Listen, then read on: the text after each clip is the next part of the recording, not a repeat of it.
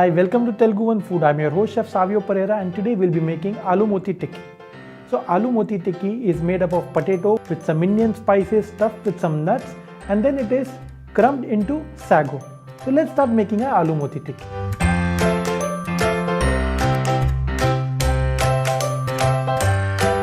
For the mint chutney we have some roughly cut coriander, we have some mint leaves, one green chili, one small red onion cut into rough. Then we have 1 inch of ginger. We have some chopped raisin. The raisin which we have used here is the golden raisin. We easily get it in the market. Then we have around 1 teaspoon of chopped ginger, 3 lemon wedges. We have some chopped coriander, 1 teaspoon of chopped chili.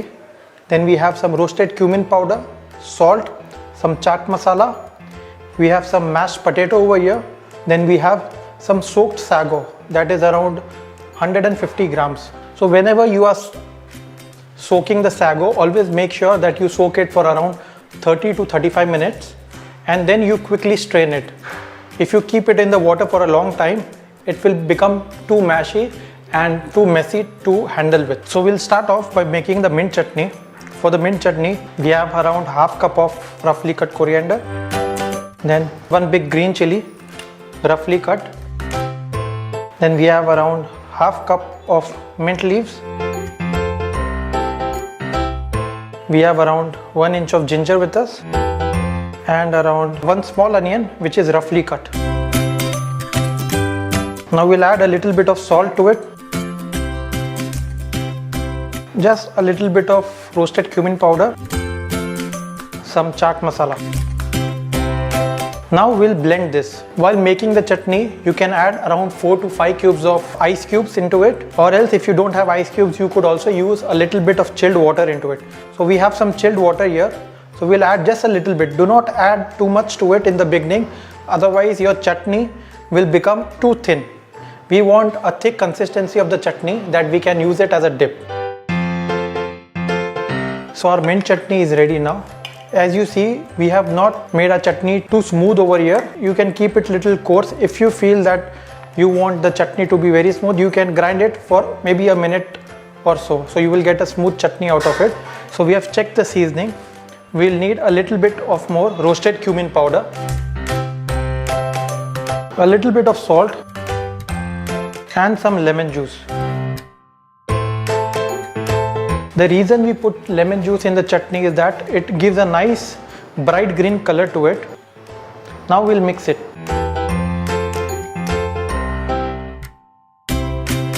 Our mint chutney is ready. Now you can keep aside in a chiller and then use it with any of your starters. You can use it for your any tandoori dishes like your kebabs. Even if you have samosa or something, you can use the same chutney with your samosa. So this is a basic mint chutney. If you feel the flavor is too dominant or it is very strong for you, you can mellow down the flavor by adding just a tablespoon of plain yogurt to it. So you will get a nice flavor to it if you don't like it too strong of a flavor. So now we'll start making the stuffing for the aloo moti tikki. For the stuffing, we have here 1 teaspoon of chopped chili, 1 teaspoon of chopped ginger, some chopped coriander and a little bit around half cup of chopped raisin. So we just need to mix all of the ingredients together.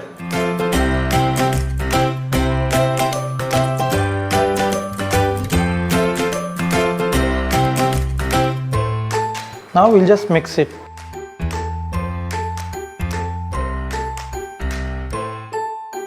If you have some cashew nut or some other nuts, you can use those other nuts as well to make the stuffing. Our stuffing for the aloo moti is ready. Now time to make the mixture for the potato. So whenever mixing any kind of marination for the meat or for the veg kebabs, it is always advisable you use a big plate or a mixing bowl. So it is easy for you to work with the food that we have. So now let's start by making the mixture for the aloo moti tikki. We have here around 4 medium size of grated the boiled potato. So we'll take it out in a pan. Now we'll add some salt for seasoning, some roasted cumin powder and a little bit of chaat masala. Now let's make the mixture out of it.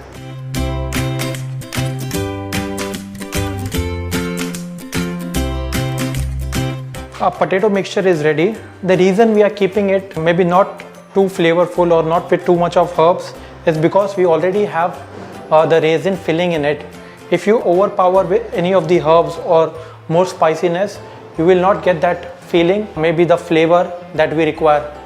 So this dish will be mostly like little bit tangy to sweet in taste, as we have a sweet stuffing inside.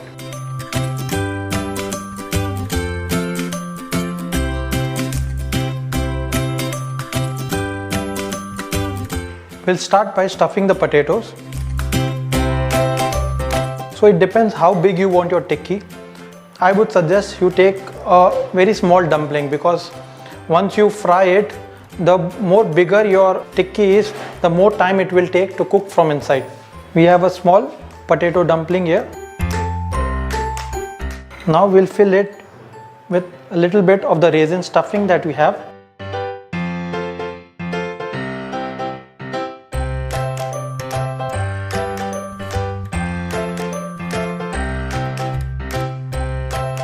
Make sure your potato closes the entire stuffing, it doesn't come out. Now we'll shape it into a round shape.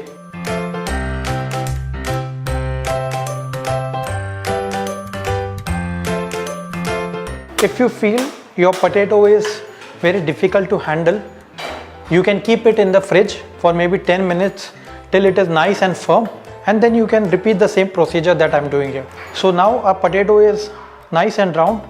Now you just have to press it with your palm to make it into a tikki. So you just keep it here like this and then softly press it.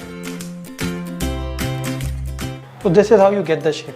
So just before making the tikki, I will show you how to crumb this into the sago. We have our sago ready here.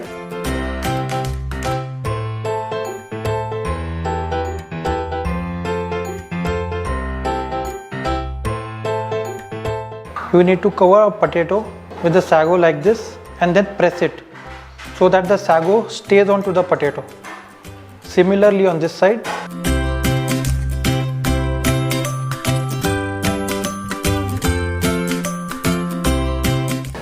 You can shake off the excess and then keep it in a plate.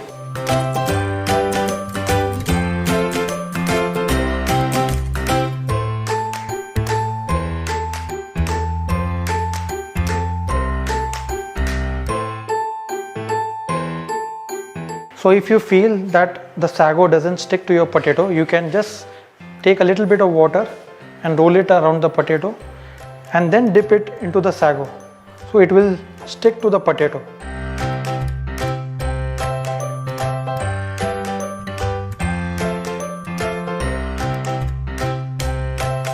Once you have the sago stuck to the potato, you can slightly press it so that the sago sticks to it and it doesn't come out.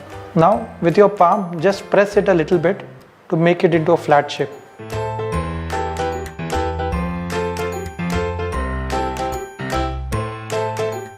Shake off any excess sago. Now you can follow the same for the rest of the potato that we have.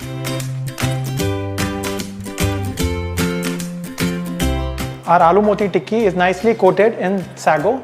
Now we'll start frying it one by one. So now our oil is hot for frying. We will start frying it one by one. If you feel that your potatoes are too soft and difficult to handle, you can keep it in the chiller for 5 minutes and then take it out and start frying. Make sure you add it one by one.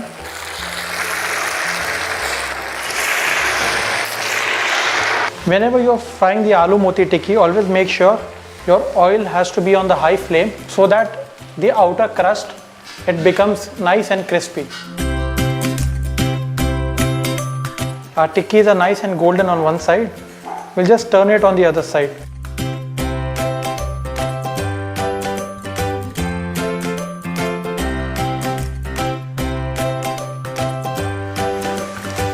So aloo tikki is nice and golden brown, crisp from the outside.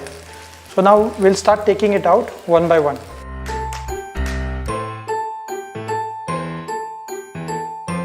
Our aloo moti tikki is ready now. As you see, the name moti has been given because the outer coating looks like nice white pearl. So let's start plating the tikki.